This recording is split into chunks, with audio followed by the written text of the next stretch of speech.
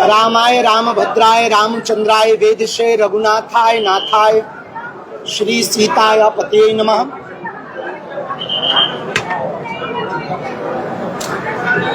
अंजनानंदनम वीरम जानकी शोकनाशनम कपीसमक्षांतारम वंदे लंका भयंकरम। आई तुलजा भवानी की जय, छत्रपति वीर शिवाजी महाराज की जय, छत्रपति वीर संभाजी महाराज की जय, बागेश्वर धाम की जय, जय श्री राम, भारत माता की जय, हिंदू राष्ट्र की जय।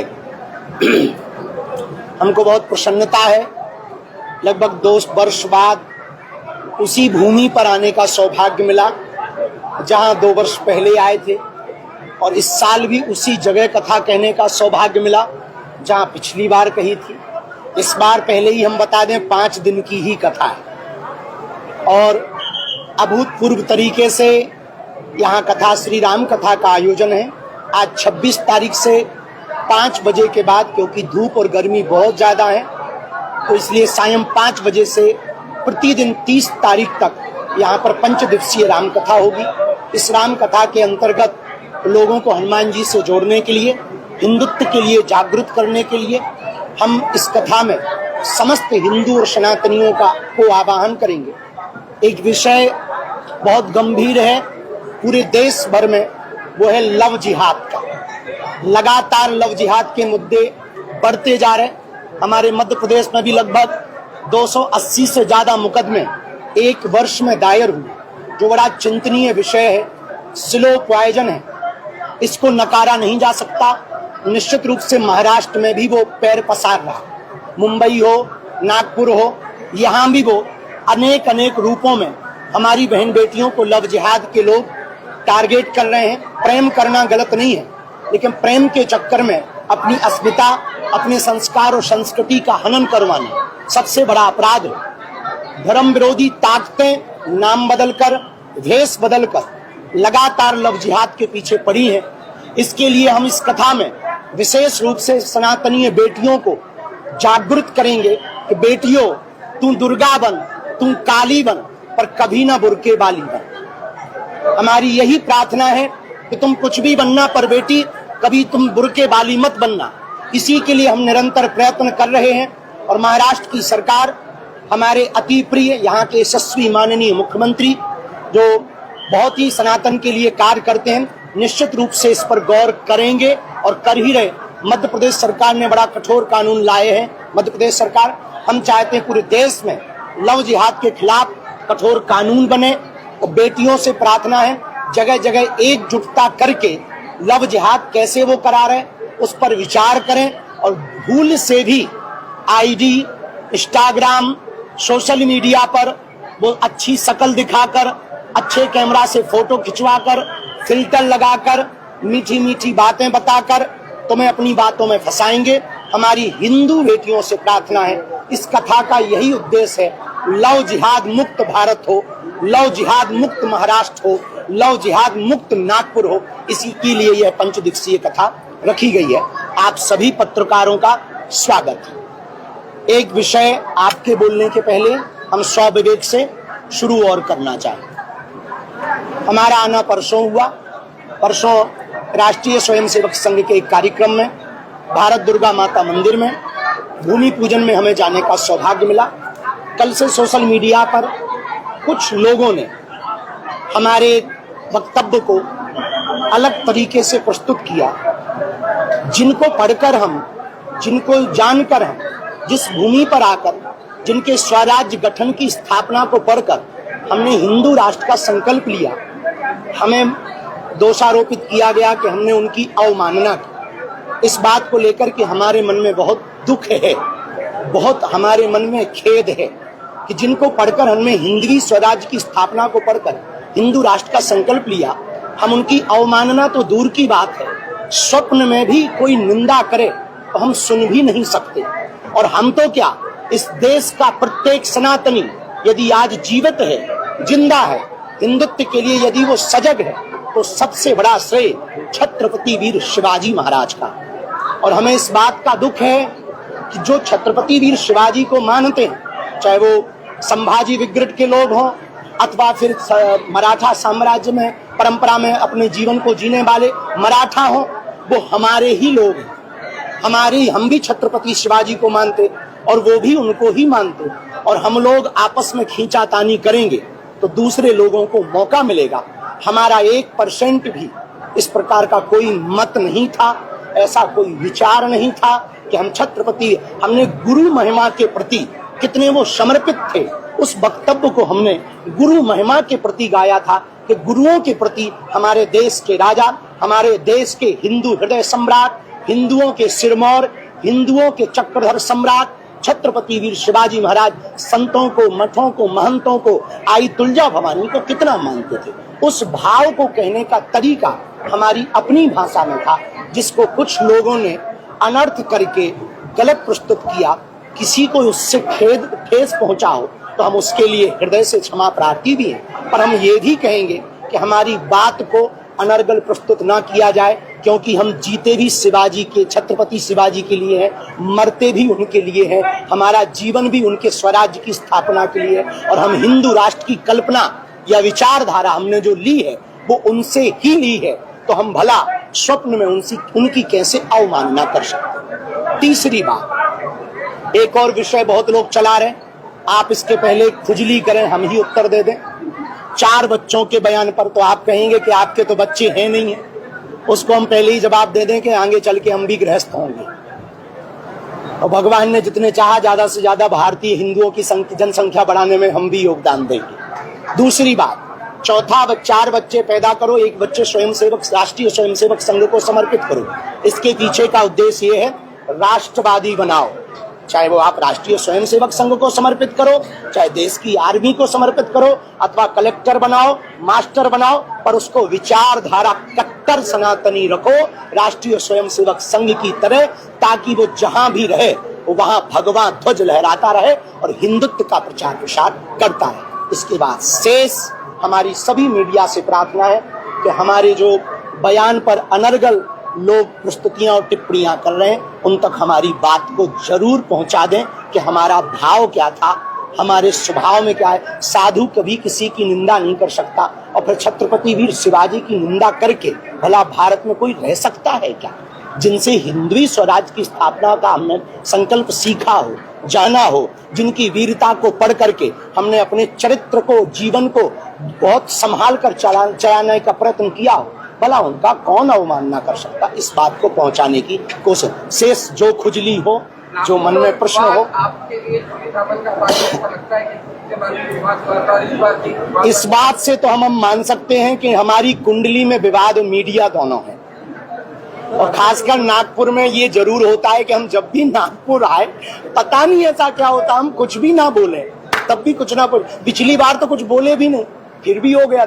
इस बार भी हमने बोला अच्छे के लिए कि उनका सम्मान और बढ़े, कि वो कितने संतवादी थे, कितने अद्भुत भक्त थे, लेकिन उसका फिर गलत प्रस्तुत हो गया।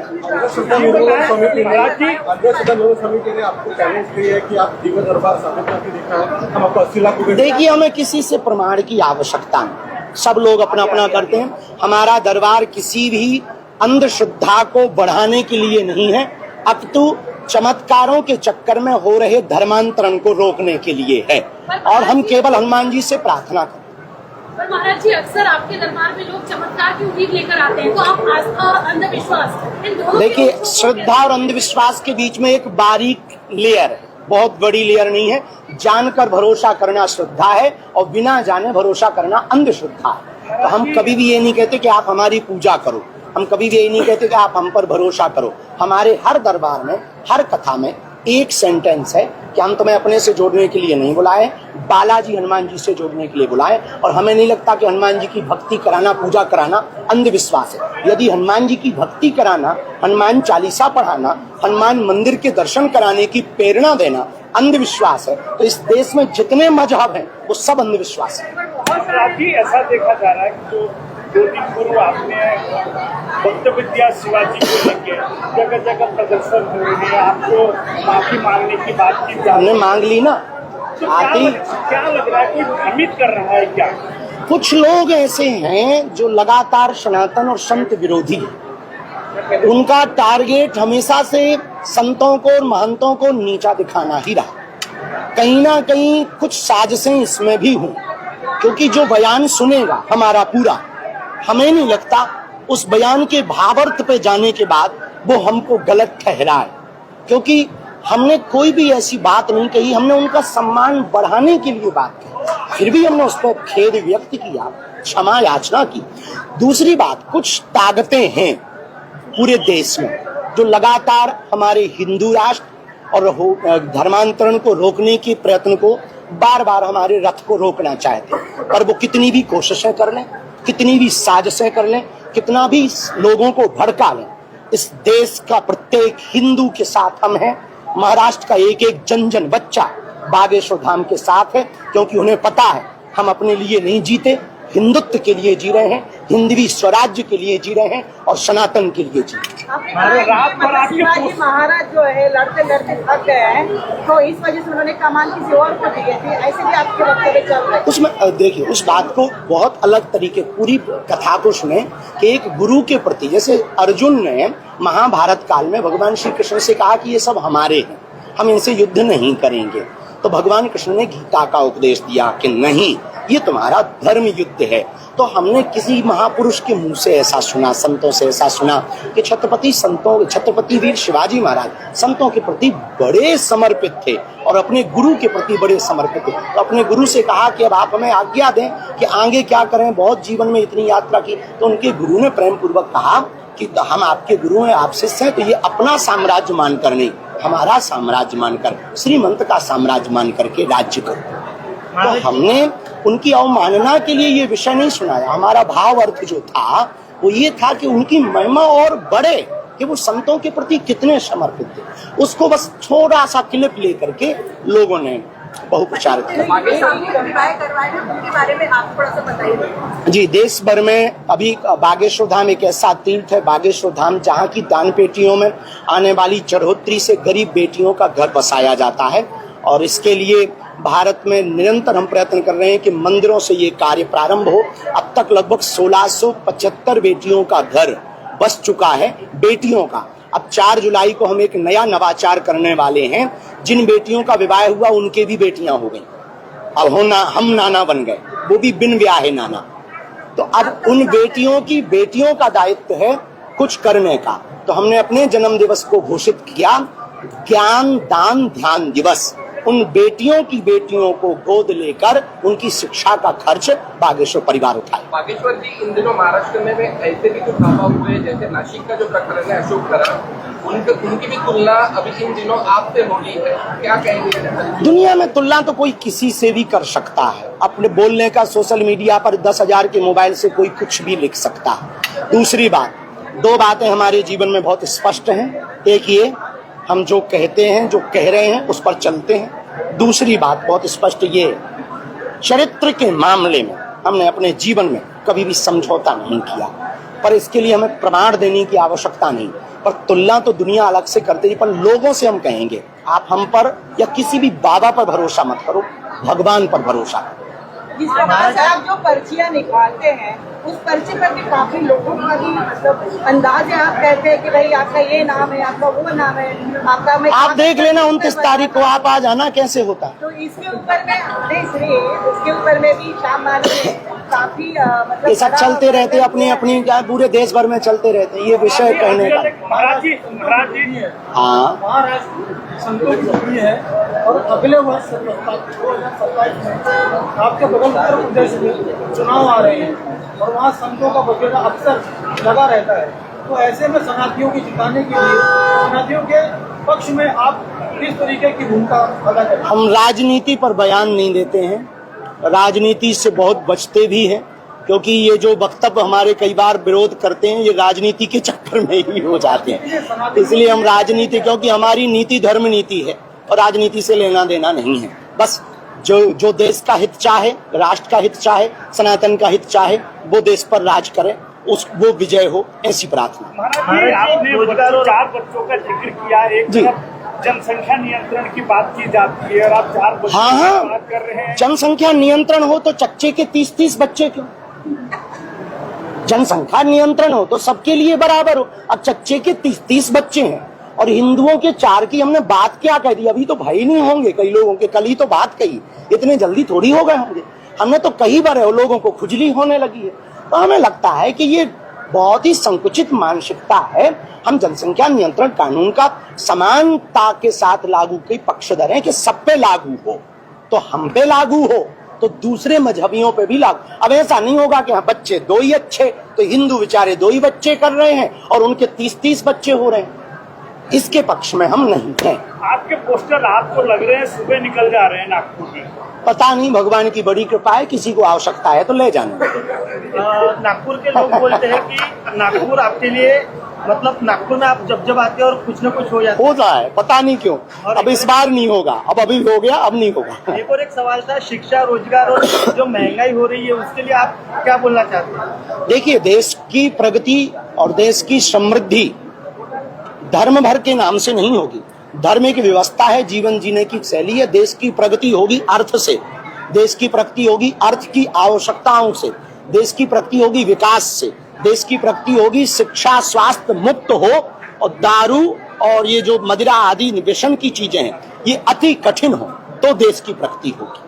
नागेश्वर जी, ये भी कहा जाता है कि जैसे कि अध्यक्ष निर्मला राजे ने ये भी कहा है कि जैसे युद्ध हुआ, आप उन्हीं भर का काय को लेके आई होगा कछु उनसे कागज वागज। युद्ध हुआ है, उसे इन्होंने क्यों नहीं रोका यदि बागेश्वर धाम में? भगवान कृष्ण को भी तो पता था कि महाभारत होनी है, पर रोक तो वो भी नहीं पाए, हम तो भगवान भी नहीं। तो पता होना और रोकने में दोनों में अंतर है, क्योंकि हम ईश्वर नहीं है ना, हम तो इंसान ही है आपकी तरह। बस अंतर इतना है, आप कैमरे के पीछे बैठी, हम कैमरे के सामने बैठे। महाराज जी, आपने 4 बच्चों का, महाराज जी इससे 4 बच्चों का जिक्र किया, आपको कहा आप ही रास्ते में जाने वाले, तो 4था बच्चा आपका संघ में जाएगा? देश हित के लिए जाएगा, बिल्कुल। हमारे तो भगवान ने चाहे यदि 4 होंगे तो 4 देश हित में जाएंगे, राष्ट्र के लिए। संघ का मतलब राष्ट्रीय विचार था, संघ का मतलब देश की आर्मी में जाना, सेना में जाना, थल सेना, जल सेना, वायु सेना। राष्ट्रीय विचारधारा का मतलब सनातन का प्रचार करना, संत स्वभाव में जीना, साधुता में जीना। राष्ट्रीयता का मतलब है कि हमारी विचारधाराओं का प्रचार प्रसार करना। जैसे जगह जगह जाकर अभंग गाकर स्वामी जगतगुरु नामदेव जी ने, जगतगुरु संत तुकाराम जी ने प्रचार किया, संत ज्ञानेश्वर महाराज जी ने, ज्ञानदेव जी ने प्रचार किया। ये राष्ट्रीयता का मतलब। राष्ट्रीयता का मतलब केवल संघ का प्रचारक बनना नहीं है, राष्ट्रीयता का मतलब है देश के लिए जीना। ये हमारा उद्देश्य। महाराज जी, आज की युवा पीढ़ी मॉडर्न लाइफस्टाइल और सोशल मीडिया की ओर ज्यादा अट्रैक्ट हो रही है जी। उनको क्या मैसेज देना चाहेंगे? रील के जमाने में रियल मत खो जाना, जो आप हैं वो बने रहना, अपनी परंपराओं से जिंदा रहना और रील के एल्गोरिदम में फंस करके टाइम बर्बाद मत करना। सबसे बड़ा नशा एडिक्शन इस देश में वर्तमान में रील और इंस्टाग्राम का हो रहा है। और हम अपनी बहन बेटियों को जरूर कहेंगे कि बेटियों, तुम कलेक्टर बनो, मास्टर बनो, कंडक्टर बनो, नेवी में जाओ, एयरफोर्स में जाओ, आर्मी में जाओ, सब कुछ बनो, पर नाचने वाली मत बनो। रील पर जाकर के डांस आदि करने वाली बहन बेटियों से प्रार्थना है, हम अवमानना नहीं कर रहे, सब बहन बेटियों को सजग कर रहे हैं कि उस पर नृत्य करना हमारी संस्कृति भारतीय परंपरा में उचित नहीं है। उससे जितना बचे उतना अच्छा है।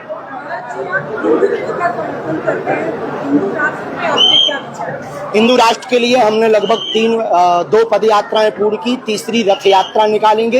हिंदुत्व के लिए महाराष्ट्र में भी जल्दी निकालेंगे और महाराष्ट्र में एक विशाल यज्ञ का आयोजन करेंगे जो हिंदू राष्ट्र के लिए होगा। उसमें लाखों हिंदू एक साथ हिंदवी स्वराज्य की स्थापना का, हिंदू राष्ट्र की स्थापना का संकल्प लेंगे। लेकिन बंगाल में बाबरी मस्जिद बन रही है फिर से, ये इस पर हमने वहां जाकर भी कहा, यहाँ पर भी हम कहते हैं कि देश में किसी भी मजहब को अपने पूजा पाठ के स्थल बनाने में कोई रोक नहीं है, लेकिन बाबर के नाम पर नहीं बन सकती। बाबर विदेशी आक्रांता है और बाबर का रघुवर के देश में कोई काम नहीं। धन्यवाद। महाराज जी, पत्रकारों से